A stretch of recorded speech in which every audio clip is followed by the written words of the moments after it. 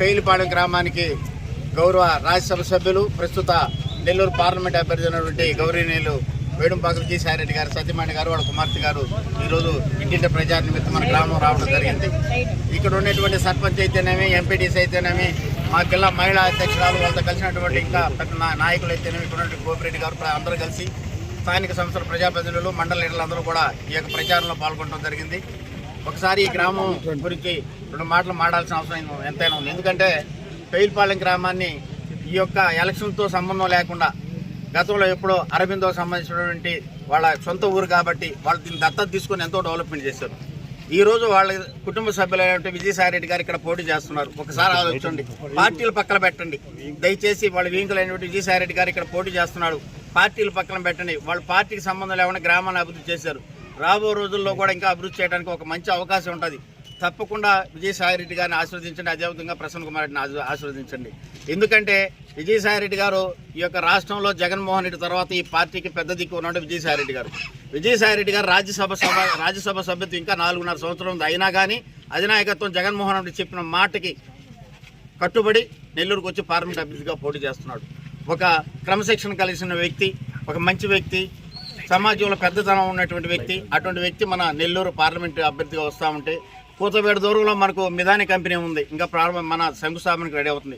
దాని పక్కన వచ్చేసి ఇఫ్కో కిసాన్ సెజ్ ఉంది, దాని పక్కన ఎయిర్పోర్ట్ రెడీ చేస్తా అంటున్నాడు. ఇదే కాకుండా ఈ నెల్లూరు జిల్లాలో రింగ్ రోడ్ అయితేనేమి, ఇన్ఫ్రాస్ట్రక్చర్ అయితేనేమి, పారిశ్రామిక ఉపాధి కల్పనకి ఎంతో దోహదపడే వ్యక్తి విజయసాయిరెడ్డి గారు.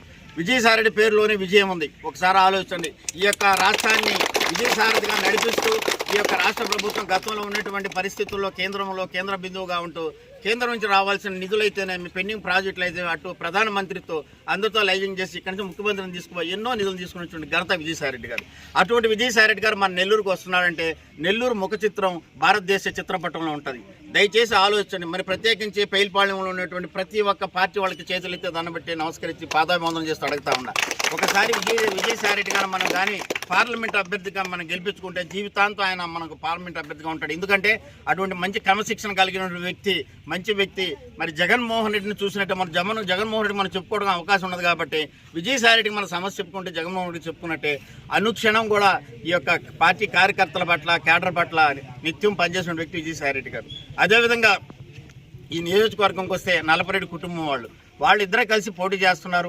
ఒక రాజకీయ అనుకున్నటువంటి వ్యక్తులు ఇద్దరు మనందరం కూడా ఆశీర్వదించి ఏదైతే జగనన్న ప్రభుత్వం పేదల సంక్షేమం ఇస్తా వస్తున్నారో, మరి ఈ రోజు కూడా జగనన్న కావాలనుకుని ప్రతి పేదలందరూ వెంటబడుతున్నారు.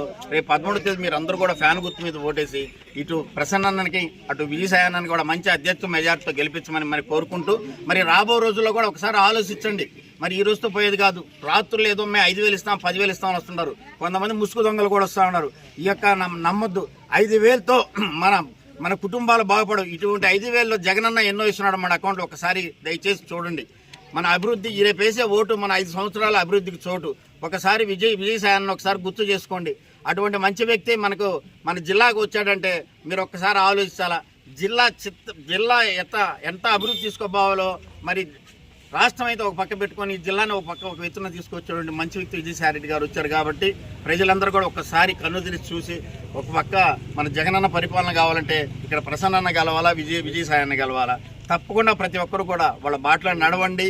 ఏదైతే మన ముఖ్యమంత్రి గారు చేస్తున్నటువంటి ప్రజా సంక్షేమ పథకాలు ఇంకా ముందుకు సాగాలంటే పేదలందరికీ గడప గడపకి మీకు పెన్షన్ రావాలన్నా, ఇంటికి పలసరుకులు రావాలన్నా, మీ ఇంటికి ఆసరా కావాలన్నా, మరి ఏ ఒక్క కార్యక్రమం కావాలన్నా ఈరోజు మన ప్రభుత్వం ముందుంది. ఒక పక్క వాలంటీర్ వ్యవస్థ, ఒకసారి సచివాలయ వ్యవస్థ తీసుకొచ్చి ఎవరిని ఇంటి నుంచి బయటికి పోవద్దు, మా వాళ్ళే మీ దగ్గరకు వస్తారు, మీ సమస్యలు పరిష్కరిస్తారు, వెంటనే మీకు ఎలాంటి ఇబ్బంది లేకుండా మా ప్రభుత్వం ఉంది, వైఎస్ఆర్ కాంగ్రెస్ ప్రభుత్వం అని చెప్పి ఎట్టయితే ముఖ్యమంత్రి గారు ముందుకు వస్తా ఉన్నారో, మన జిల్లాలో అయితేనే మన నియోజకవర్గంలో అదేవిధంగా మంచి అభ్యర్థులు మనకున్నారు.